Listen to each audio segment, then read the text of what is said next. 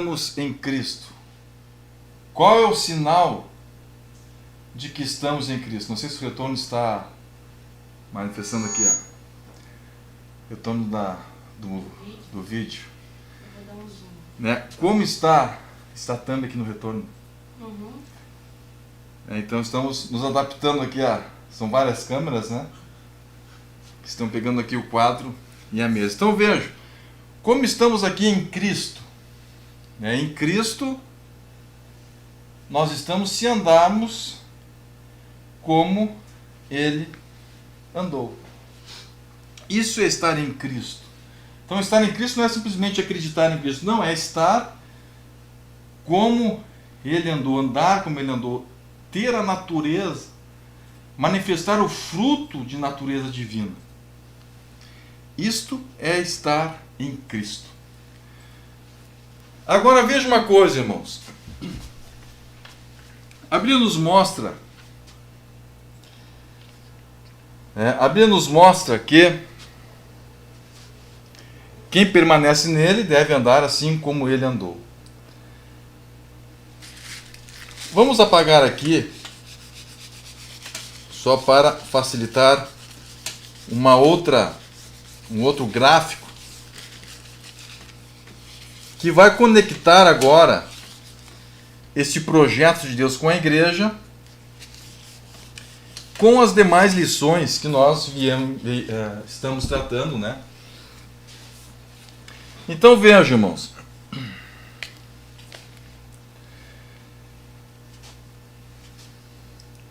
A Bíblia nos mostra que Deus quer que todos façam parte da igreja. A Bíblia mostra-nos que Deus quer que todos sejam um com Cristo, todos estejam em Cristo. Esse é o projeto de Deus. Vamos ver 2 Timóteo, capítulo 1, versículos 8 a 10. 2 Timóteo, capítulo 1, versículos 8 a 10, que diz o seguinte.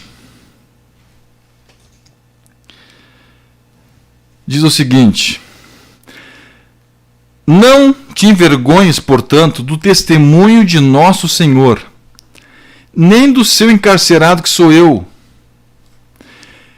Pelo contrário, participa comigo dos sofrimentos a favor do Evangelho, segundo o poder de Deus, que nos salvou e nos chamou com santa vocação, não segundo as nossas obras, mas conforme a sua própria determinação e graça que nos foi dada em Cristo Jesus, antes dos tempos eternos, e manifestada agora pelo aparecimento de nosso Salvador Jesus Cristo, o qual não só destruiu a morte, mas trouxe à luz a vida e a imortalidade, mediante o Evangelho, para o qual eu fui designado pregador, apóstolo e mestre. Ou seja, versículo 10 nos mostra expressamente: pelo aparecimento de nosso Salvador Jesus Cristo, o qual não só destruiu a morte, como trouxe à luz a vida e a imortalidade, mediante o Evangelho.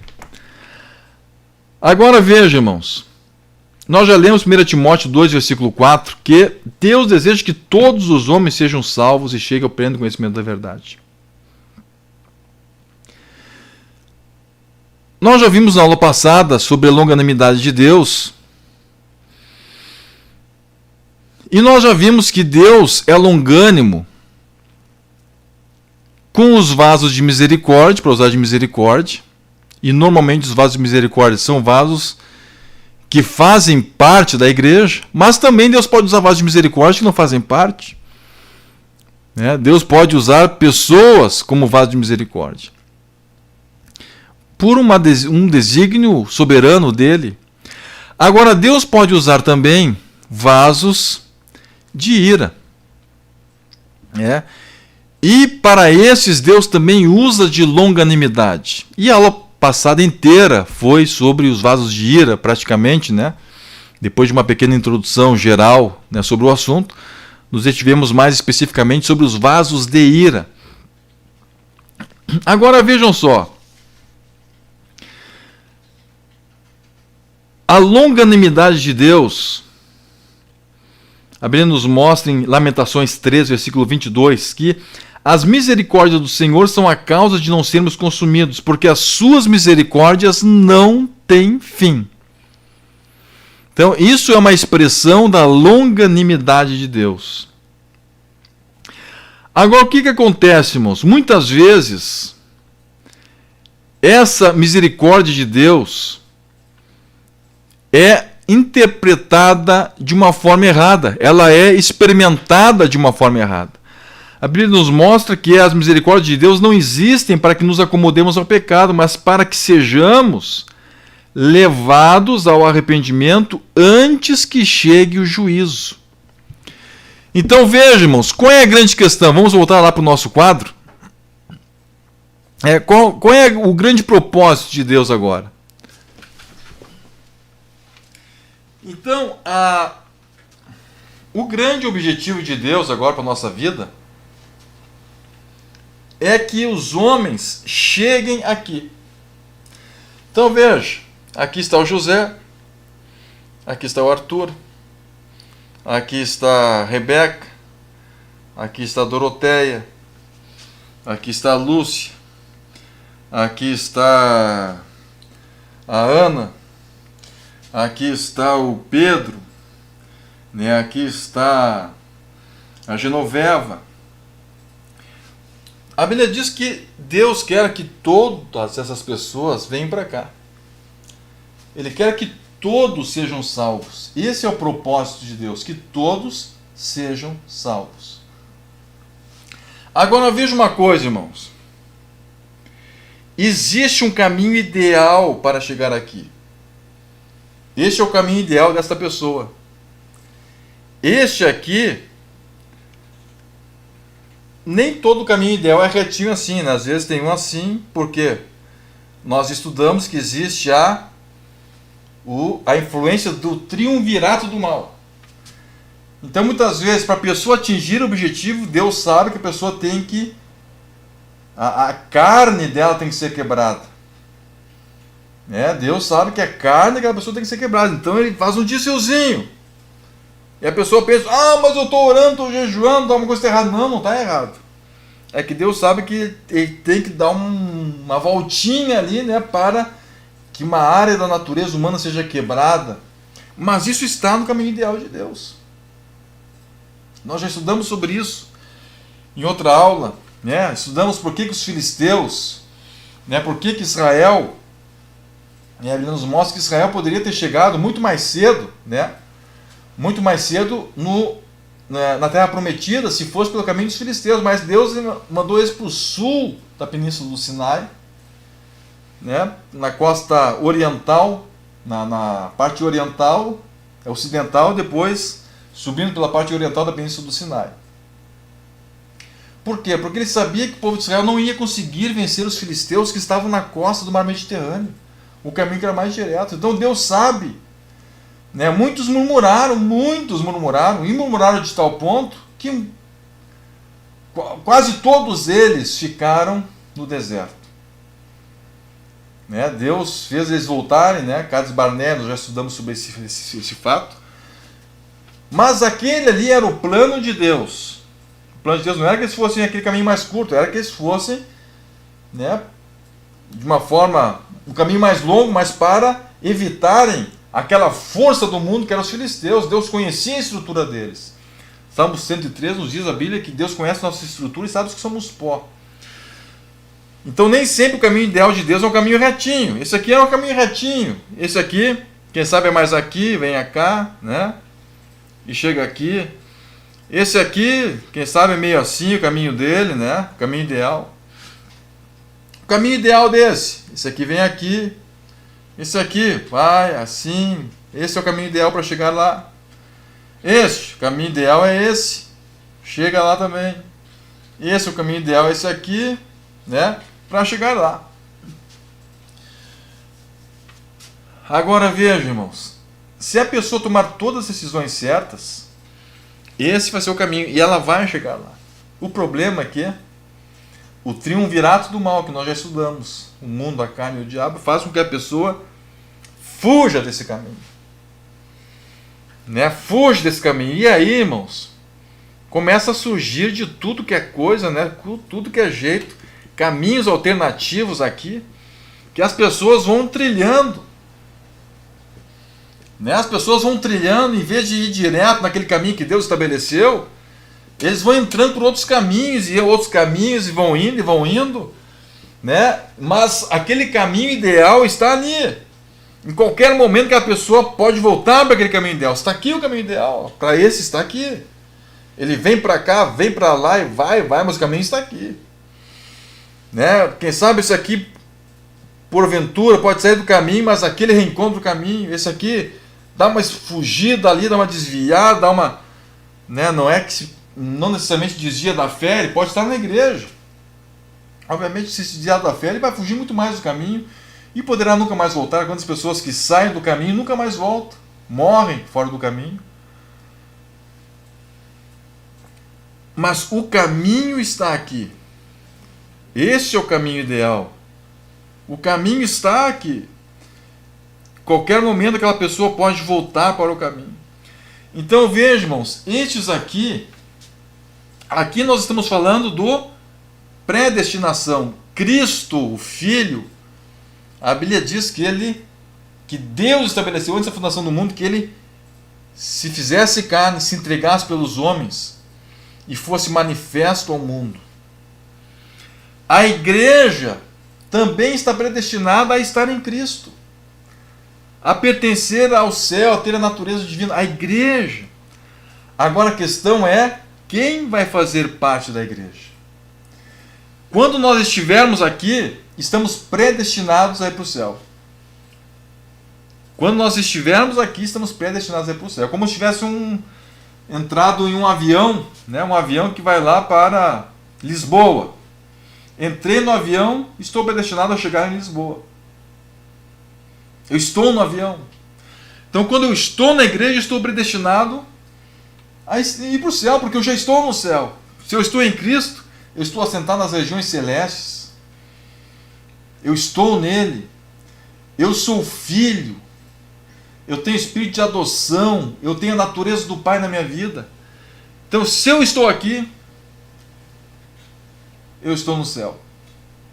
Agora a questão é eu chegar aqui. Quem sabe alguns vêm, chegam e daqui a pouco entram para outro caminho e saem daqui.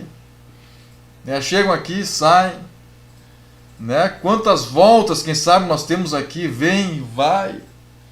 Né? E mesmo aqui dentro da igreja, quem sabe estão, né? Mesmo estando na igreja, mas Deus tem um caminho exato. Mas a pessoa daqui a pouco se distrai. Né? E quantos que entram e depois saem. Então, qual é a nossa... Onde que estão os caminhos pré-formados, irmãos? Estão justamente aqui, ó. Cada um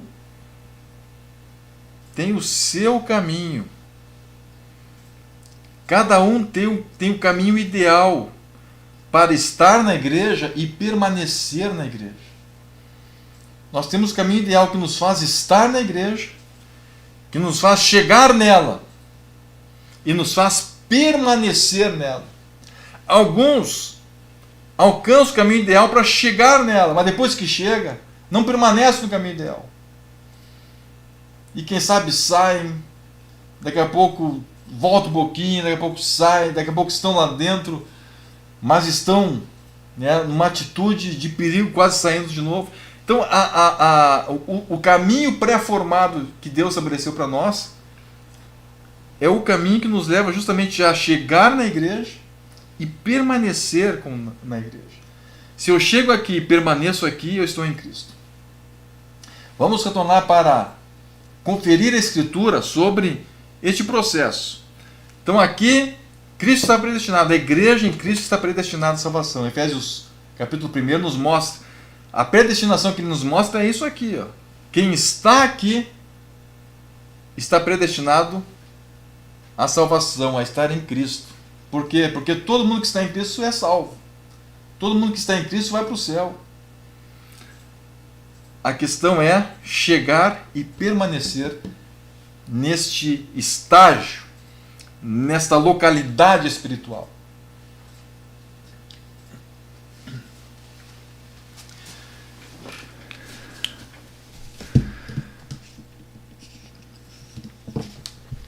A Bíblia nos mostra aqui, irmãos, Romanos 2, versículos 3 a 5, Paulo adverte: tu, ó homem, que condenas os que praticam tais coisas e fazes as mesmas, pensas que te livrarás dos juízos de Deus? Ou desprezas a riqueza da sua bondade, a tolerância e longanimidade, ignorando que a bondade de Deus é que te conduz ao arrependimento? Mas, segundo a tua dureza e coração impenitente, acumulas contra ti mesmo ira para o dia da ira e da revelação do justo juízo de Deus. Desprezas a riqueza de sua bondade e tolerância e longanimidade, ignorando que a bondade de Deus é que te conduz ao arrependimento. Então vejam, irmãos, não podemos desprezar a bondade, a tolerância e a longanimidade de Deus. 2 Coríntios 6, versículo 1, nos diz a palavra que nós, na qualidade de cooperadores com Ele, também vos exortamos a que não recebais em vão a graça de Deus. A bondade de Deus, a tolerância, a longanimidade de Deus se manifestam conosco, com todas as pessoas, mas as pessoas têm reações diferentes em relação a isso. Então veja, conforme o coração do ser humano, a longanimidade tem um resultado ou tem outro. Vamos a um exemplo. Segundo o livro de Reis, capítulo 22, versículos 10 a 13. Segundo o livro de Reis, capítulo 22, versículos 10 a 13. Diz assim a palavra. 22, 10 a 13. Relatou mais, ou melhor, vamos ler antes, irmãos, um pouquinho antes, né, cronologicamente falando. Segundo livro de Reis, melhor, é isso aí mesmo, 22, depois vamos para Jeremias. 22, versículos 10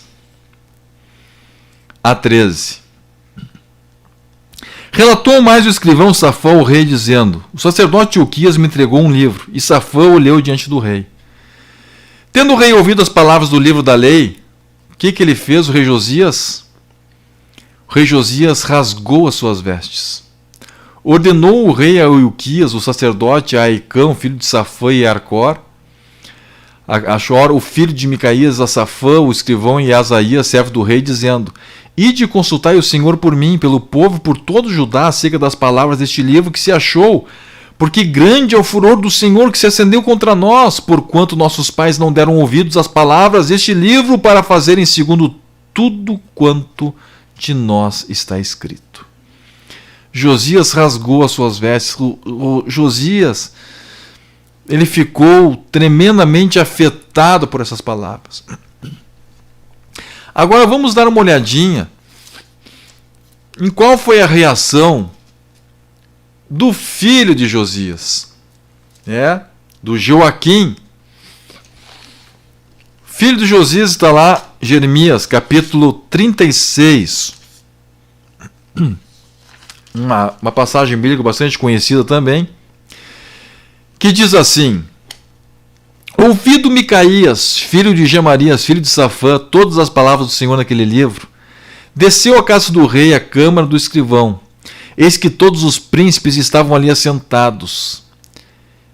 Vejam, só contextualizando, Jeremias havia escrito uma mensagem entregada para Baruque, e Baruque então leu para todo o povo. O povo se impressionou com aquilo ali. Alguns nobres leram também. Baruque leu para ele, alguns nobres também ouviram. E aí aquele homem foi e leu aquela mensagem para os príncipes que estavam à câmara do escrivão. E a Bíblia nos mostra então que todos os príncipes que estavam ali assentados, Elisama, o escrivão, Delaías, filho de Semaías, Elnatã, filho de Achor, Gemarias, filho de Safã, Zedequias, filho de Ananias, e todos os outros príncipes, Micaías anunciou-lhes todas as palavras que ouvira quando Baruque leu o livro diante do povo. Então todos os príncipes mandaram Jeudi, filho de Netanias, filho de Zelaías, Selemias, filho de Cus, dizer a Baruque: o rolo que leste diante do povo, toma-o contigo e vem. Baruque, filho de Nerias, tomou o rolo consigo e veio ter com eles. E disseram-lhe: assenta-te agora e leu para nós. E Baruque leu diante deles. Tendo eles ouvido todas aquelas palavras, entreolharam-se atemorizados e disseram a Baruque: sem dúvida nenhuma, anunciaremos ao rei todas essas palavras. Versículo 20. Foram os príncipes ter com o rei ao átrio, depois de terem depositado o rolo na câmara de Elisama, o escrivão, e anunciaram diante do rei todas aquelas palavras. Então enviou o rei a Jeude para que trouxesse o rolo. Jeude tomou da câmara de Elisama o escrivão e o leu diante do rei e de todos os príncipes que estavam com ele. O rei estava sentado na casa de inverno pelo 9º mês e diante dele estava um braseiro aceso. Tendo Jeude lido 3 ou 4 folhas do livro, cortou o rei com um canivete de escrivão e o lançou no fogo que havia no braseiro. E assim todo o rolo se consumiu no fogo que estava no braseiro. Não se atemorizaram, não rasgaram as vestes, nem o rei, nem nenhum dos seus servos que ouviram todas aquelas palavras. Então veja, irmãos, a mesma palavra, lida para um povo uma reação, lida para os príncipes uma reação de temor, lido para o rei, para os seus nobres que estavam na sua volta, a mesma palavra.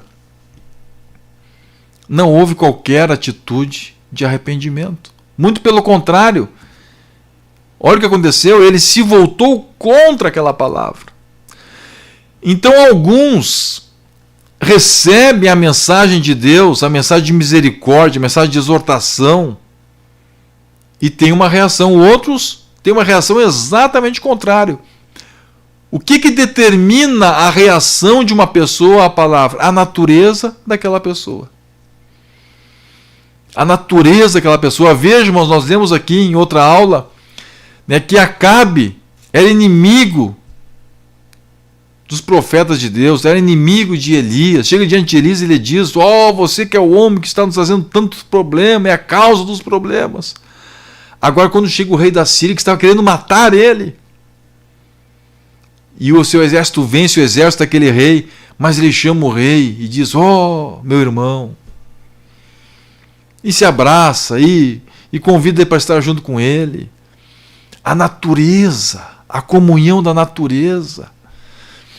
Aleluia, aleluia.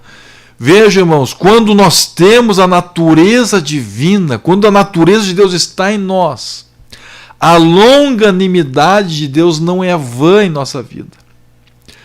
A palavra de Deus, a palavra de exortação nos atinge, nos edifica, nos levanta, nos renova, nos conduz ao caminho ideal de Deus. Esse é o nosso grande desafio. Nós temos que estar em Cristo. E a Bíblia diz que aquele que está em Cristo, qual é o sinal? Nós já lemos isso. Deve andar como ele andou. E para andar como ele andou, eu preciso estar sensível à sua palavra. Eu preciso estar sensível à sua voz. Aleluia. Aleluia. Por quê, irmãos? Porque eu tenho que estar no caminho ideal. Nós oramos. Por que nós precisamos orar e jejuar? Porque esta é a receita para nós estarmos no caminho ideal. Oração, jejum, palavra. Isso vai nos direcionando a estarmos no caminho ideal para nós chegarmos onde Deus quer que nós estejamos. Estarmos em Cristo. Fazemos parte da igreja que está em Cristo, que está assentado em Cristo nas regiões celestes. A Bíblia nos mostra, Eclesiastes 8, versículo 11, visto como se não executa logo a sentença sobre a má obra, o coração dos filhos dos homens está inteiramente disposto a praticar o mal. A longanimidade de Deus e a natureza pecaminosa de uma pessoa faz com que ele continue praticando o mal. A natureza dele não convida ele a obedecer a Deus. Por quê? Porque é contrária. A natureza humana, a inclinação para a carne, é inimizade contra Deus. A amizade com o mundo é inimizade contra Deus. Então, a própria natureza humana faz ela rejeitar Deus. Mas uma coisa que é bondade de Deus, a sua longanimidade, faz com que ele também não aceite as coisas de Deus. Por quê? Porque, como não se executa logo a sentença sobre a má obra, o coração dos filhos dos homens está inteiramente disposto a praticar o mal.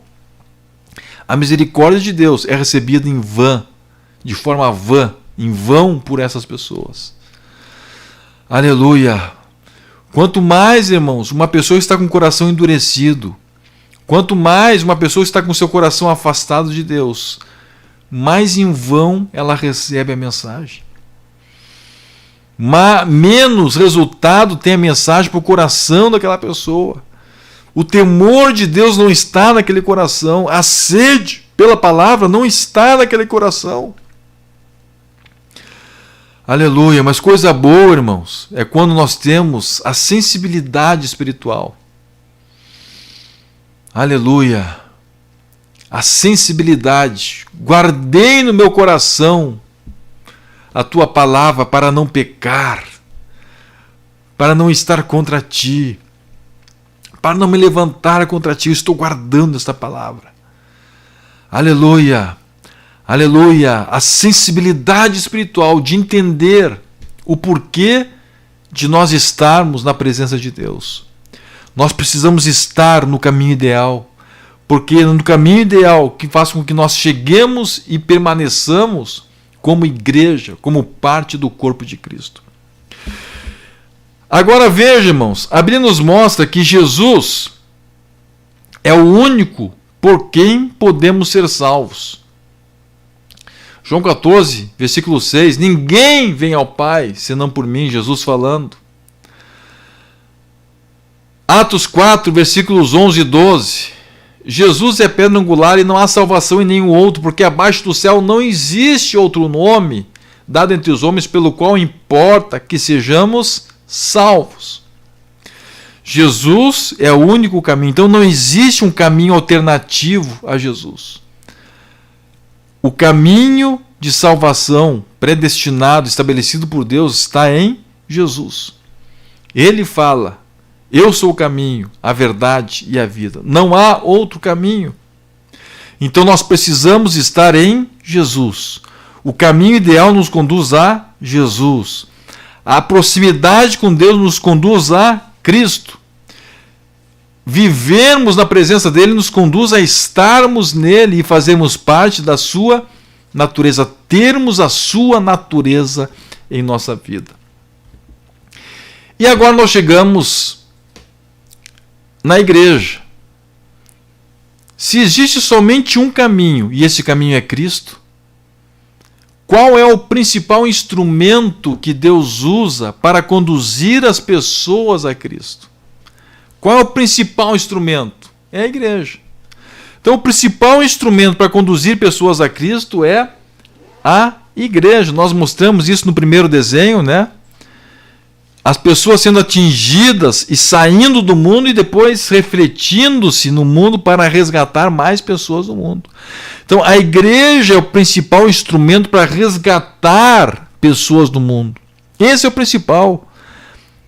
A igreja, estamos falando aqui de igreja verdadeira, não estamos falando aqui simplesmente de uma associação religiosa, muitas vezes até causadora de escândalos. A Bíblia nos mostra Jesus falando, é mistério que vem os escândalos, mas ai daquele por quem vem os escândalos. Então a igreja é o principal instrumento. Por isso que Jesus comissionou a igreja para levar o evangelho. Agora veja, irmãos, existem planos secundários para Deus alcançar as pessoas. Então, o que Deus quer? Deus quer que a igreja, ela foi comissionada para isso, mas diante da ineficiência da igreja, uma ineficiência em virtude da humanidade, da natureza humana, Deus então estabelece alguns planos secundários. Então a igreja é o plano principal de Deus, instrumental. É o plano instrumental principal de Deus para alcançar o mundo. Deus chamou a igreja para que o mundo seja alcançado por meio dela. Agora, pela ineficiência dela, tem pessoas que são alcançadas diretamente por Deus. Não, obviamente que a oração da igreja, a intercessão da igreja influencia isso, o mundo espiritual sendo dominado pela ação da igreja, mas Deus age de uma forma direta, né? E nós temos como exemplo disso, por exemplo, né, biblicamente, a conversão do apóstolo Paulo, Saulo, né, Atos capítulo 9. Jesus mesmo se revelou para Paulo. Jesus disse: eu sou o Jesus a quem tu persegues. Ele não estava buscando Jesus. Aleluia. Mas Deus revela para ele que Deus tinha um projeto. Importa que tu sofra. Importa que tu vá passar por provações. Deus escolheu ele. Aleluia. Aleluia. Por quê, irmãos? Porque ninguém, quem sabe, né, possivelmente ninguém tinha coragem de pregar para o Paulo. Pregava para ele e era preso, era morto, quem sabe. A Bíblia nos mostra que Cornélio recebeu uma visão de Deus. Deus deu uma visão para ele, Deus deu uma visão para Pedro. Existia uma muralha que separava aqueles dois homens. Um era judeu, proibido de pregar aos gentios. Pertencia a uma igreja que não tinha ainda a revelação de que Deus havia também se manifestado para os gentios. E Deus dá uma visão para Pedro dizendo: não considere imundo aquilo que eu santifiquei, aquilo que eu purifiquei, aquilo que está no meu projeto alcançar. E Deus dá uma visão para Cornélio: chama lá Pedro, que ele tem uma coisa para te dizer. A muralha é derrubada, Pedro é procurado por servos de Cornélio, é levado para Cesareia, lá ele prega para os homens, e quando ele estava falando, ainda o Espírito Santo vem sobre eles, e ouviu eles falando em outras línguas, e ali foi uma manifestação tremenda que mostrou que o Evangelho era para o mundo inteiro, que era para os gentios também. Mas veja, houve uma ação direta de Deus. A Bíblia nos mostra esses exemplos, e nós vemos vários exemplos também. Eu trouxe aqui alguns livros. Aqui o Fator Melquisedeque, Testemunho de Deus nas Culturas por todo o Mundo. Terceira edição revisada, está esgotado esse livro, irmãos. Está esgotado, né? Então eu vou cuidar bem dele porque é livro raro. Não sei quando que vão fazer outra vez essa publicação, né? Vão reimprimir ela. Talvez em seguida eles reimprimam ela, né? Fator Melquisedeque conta vários testemunhos. Por exemplo, de uma pessoa que chegou para um missionário, chegou numa tribo, né? E lá eles tinham uma profecia muito antiga que dizia que um dia ia chegar um livro que ia ter a verdade. Então eles estavam esperando esse livro. Vai chegar o livro, vai chegar o livro. É o povo do livro, né? E aí um dia chegou lá um islâmico, né, com o Alcorão. Aí eles pegaram o livro, fizeram um altar para o Alcorão, uma casinha lá, e ficavam lá venerando aquele livro. Aí chegou um missionário e disse: não, mas essa profecia é verdadeira, mas não é esse livro aí. E começou a pregar o Evangelho, e Jesus transformou aquelas vidas, fez uma revolução naquela aldeia, né? E conta outras histórias muito interessantes, né? A história da possível origem do altar ao Deus desconhecido, né? Que Paulo encontrou lá em Atenas, né? Enfim, vários livros. Aqui o irmão Med, a história de um ex-muçulmano que se rendeu ao Senhor Jesus. Este homem parece que vive no Brasil. E ele conta que como que ele se converteu a Deus. Ninguém foi pregar para ele. Ele morava num palácio, né? Ele era de Marrocos. Ele era de uma família de uma família nobre, né? O pai dele era como se fosse o líder máximo do islamismo lá no país dele. E ele encontra então que não tinha como ele conhecer o evangelho, porque existiam muitas barreiras policiais até alguém poder chegar até onde ele morava, né? Lá no Marrocos. E um dia então, enfim, existem muitos fatos que acontecem durante o livro, mas ele vai para uma faculdade, vai estudar na França, e o pai dele traz ele de volta para ele assumir o lugar do pai na liderança do islamismo no país dele. Então, ele vai para uma universidade de preparo do islâmico, né, como se fosse um grande seminário, um nível superior, né, para capacitar pessoas no islamismo, e lá então ele recebe um evangelho, se não me falha a memória, o evangelho de Lucas, e o professor diz, tu vai estudar esse evangelho de Lucas, e tu vai então contradizer ele, né, pelo islamismo e tal, faz um trabalho assim, porque tu é a única pessoa que a gente confia que vai fazer um negócio bem feito. E então ele assina lá um termo de posse do livro, como se fosse uma arma, né? Eles consideravam lá uma arma. Então um termo de posse, porque se a polícia parasse ele mostrava, tá aqui, o registro. É o registro da arma, o evangelho de Lucas, né? Ele até pegou aquele evangelho, eu não sabia que a Bíblia era tão pequenininha. Ele achou que era toda a Bíblia que estava ali no evangelho. E aí ele começa a ler e ele diz assim, isso aqui não é humano. Não pode ser humano. E ele diz que uma das coisas que mais impactou ele foi o amor de Jesus. Aleluia. Aleluia. Ele comenta que o islamismo é extremamente vingativo. Se alguém vai lá e rouba uma camisa de alguém, aquela pessoa se acha no direito de roubar o guarda-roupa inteiro do outro. Se alguém vai lá e mata a família de alguém, aquela pessoa se sente no direito de matar a família inteira do outro. É uma religião extremamente vingativa, né? Embora se presuma que é o amor, e a gente vê, na verdade... Mesmo no Brasil, a gente conhece famílias de islâmicos que tiveram pessoas que se converteram ao cristianismo que quase que foram alijadas de casa, né? Então existe essa cultura islâmica. A gente, obviamente, que pode ter diferença, uma família pode ser diferente, né? A gente não tem como estabelecer que todos são exatamente assim, mas ele diz que uma forma geral, o islamismo faz com que as pessoas, né, sejam vingativas, e a gente vê isso, inclusive na perseguição dos sunitas e dos xiitas, né, uns destroem os outros. E ele começa, então, aquilo ali começa a chamar a atenção dele, começa a mostrar, mas essa pessoa aqui não é divina, não é humano uma pessoa amar desse jeito. E aquilo ali começa a falar ao coração dele, e ali leva ele a se converter, e Deus vai criando oportunidades, então, né, de ele encontrar pessoas que eram cristãs, então se consuma esse projeto de conversão na vida dele. Existe um outro livro também, né, chamado O Véu Rasgado, de Gulshan Esther, que era uma mulher que tinha um problema de saúde muito grave, e ela não podia se levantar da cama, era paralítica.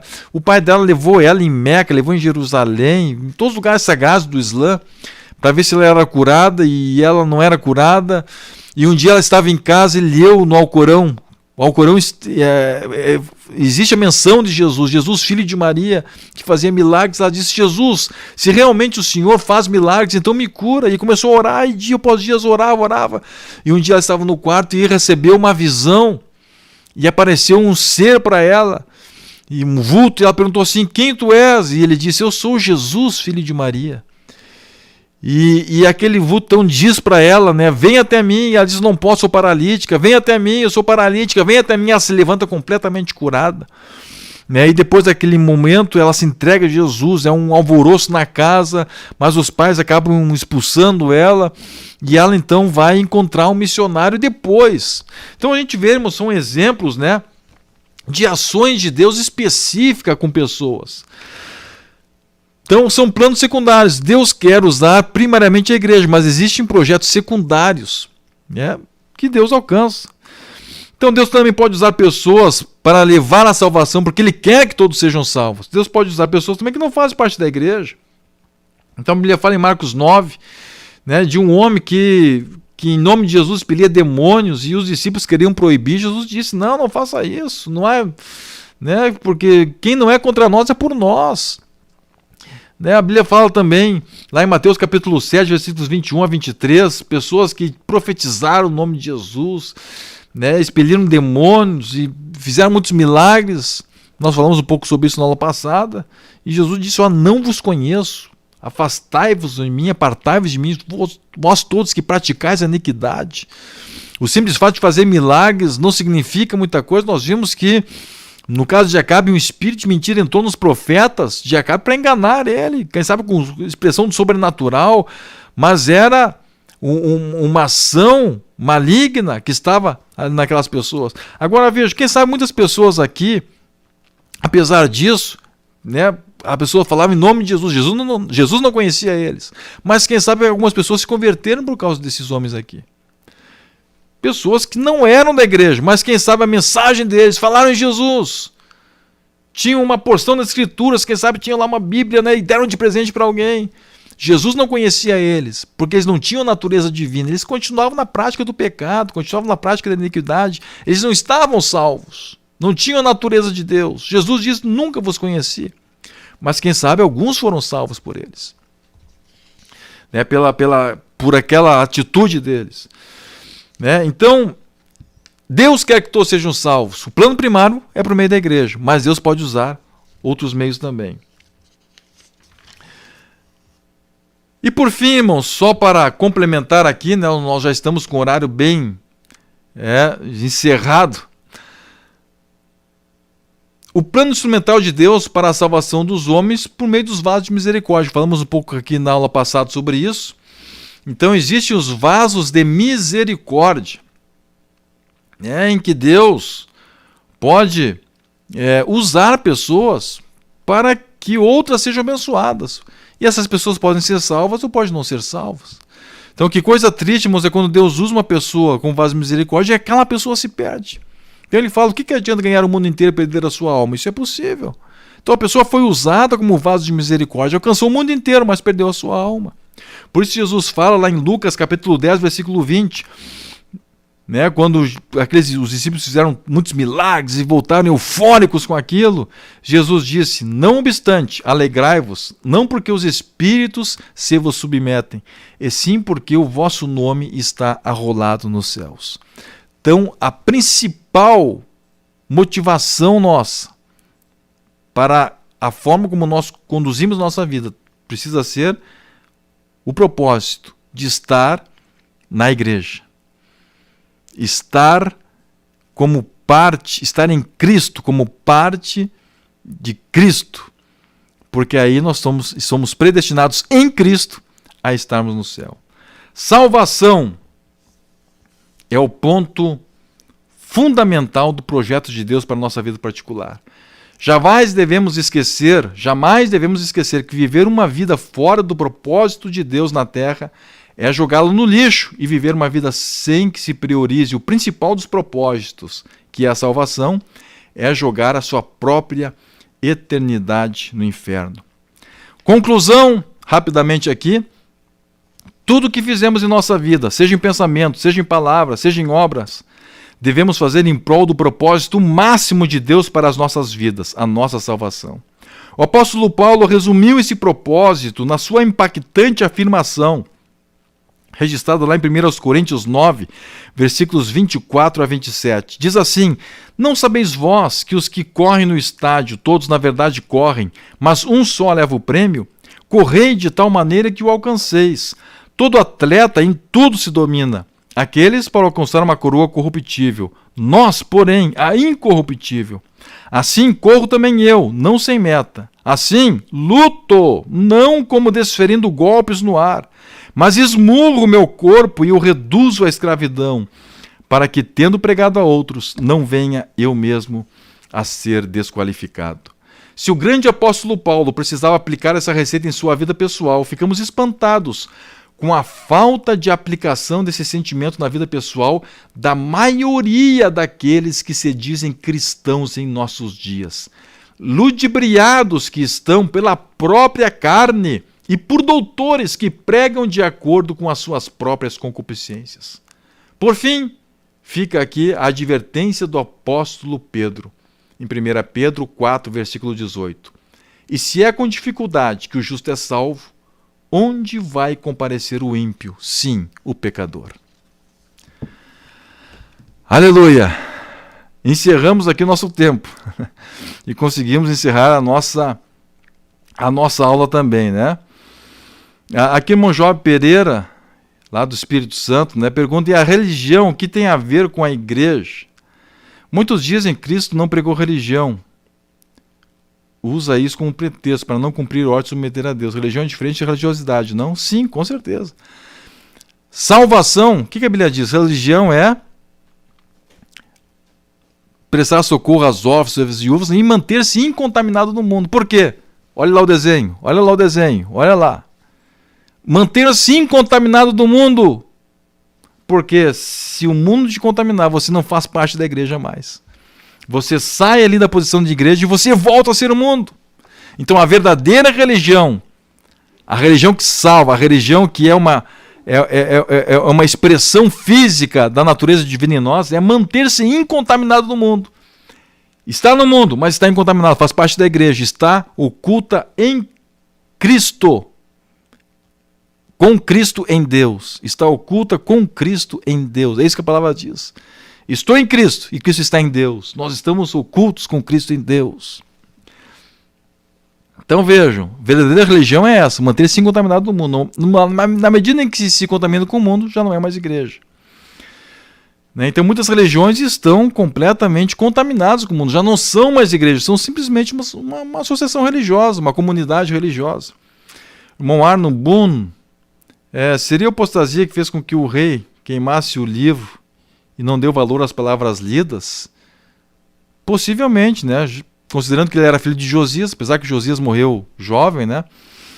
Mas é possível que ele tenha sido uma apóstata assim, e por isso mesmo que não conseguia mais se arrepender, porque tinha rejeitado aquela palavra, né? E isso tinha endurecido seu coração. É possível sim, irmão Arno. Erisvan Araújo, tem como saber se um milagre é de Deus e outro do diabo, visto que os dois foram feitos em nome de Jesus? Jesus dá uma receita. Acho que é o irmão Erisvan, né? Jesus dá uma receita. Afastai-vos de mim, todos vós que praticais a iniquidade. Jesus olhou o fruto deles. Nunca vos conheci, porque vocês praticam a iniquidade. Pelo fruto os conhecereis. É isso que a palavra nos mostra. Não é pela manifestação, pelo milagre, mas é pelo fruto da sua vida. Eles estão em Cristo, a palavra de Deus habita neles. Esta é a forma de nós verificarmos. Estamos aqui com muitas dezenas de cidades do Rio Grande do Sul, né? Não temos tempo de ler todas, mas que Deus abençoe a cada um. Eu vou ler rapidamente aqui, né? Vamos ver. Catuípe, Santiago, Eldorado do Sul, São Leopoldo, São José do Norte, Santa Rosa, Quaraí, Panambi, Giruá, General Câmara, Miraguaí, Sapucaia do Sul, Ivuti, Erval do Sul, Taquara, São Vicente do Sul, São Borja, Soledade, Doutor Ricardo, Carlos Barbosa, Pelotas, Gravataí, São Paulo das Missões, Canoas, Parobé, Farroupilha, Nova Santa Rita, Fontoura, Xavier e Chapada. Outros estados, Espírito Santo, Santa Catarina, Ceará e Bahia. E outros países, Argentina e Uruguai. Vamos orar a Deus agora. Pai nosso que estás no céu, muito obrigado por tudo, por esse dia, Deus, por esta aula, pela tua palavra. Agora pedimos, ó Deus, que essa palavra seja parte de nossa vida. Senhor, nós queremos fazer parte da tua natureza, nós queremos ter a natureza do teu Espírito em nossa vida. Deus, que não sejamos simplesmente ouvintes, mas sejamos praticantes da tua palavra, Senhor, tenhamos essa palavra fazendo parte de nós, sejamos igreja, sejamos corpo de Cristo, sejamos assentados nas regiões celestes em Cristo Jesus. Ó Pai, nós clamamos a Ti nesta hora pela vida de cada irmão, de cada irmã, de cada família que está nos acompanhando, que a Tua glória, que a Tua presença, que a unção do Teu Espírito seja com a vida de cada um. Era a glória do nome de Jesus, Teu Filho. Pai, nós clamamos a Ti nesta hora e Te damos graças por tudo. Em nome de Jesus. Amém. Aleluia! Que Deus abençoe a cada um dos irmãos. Paz, oração e união.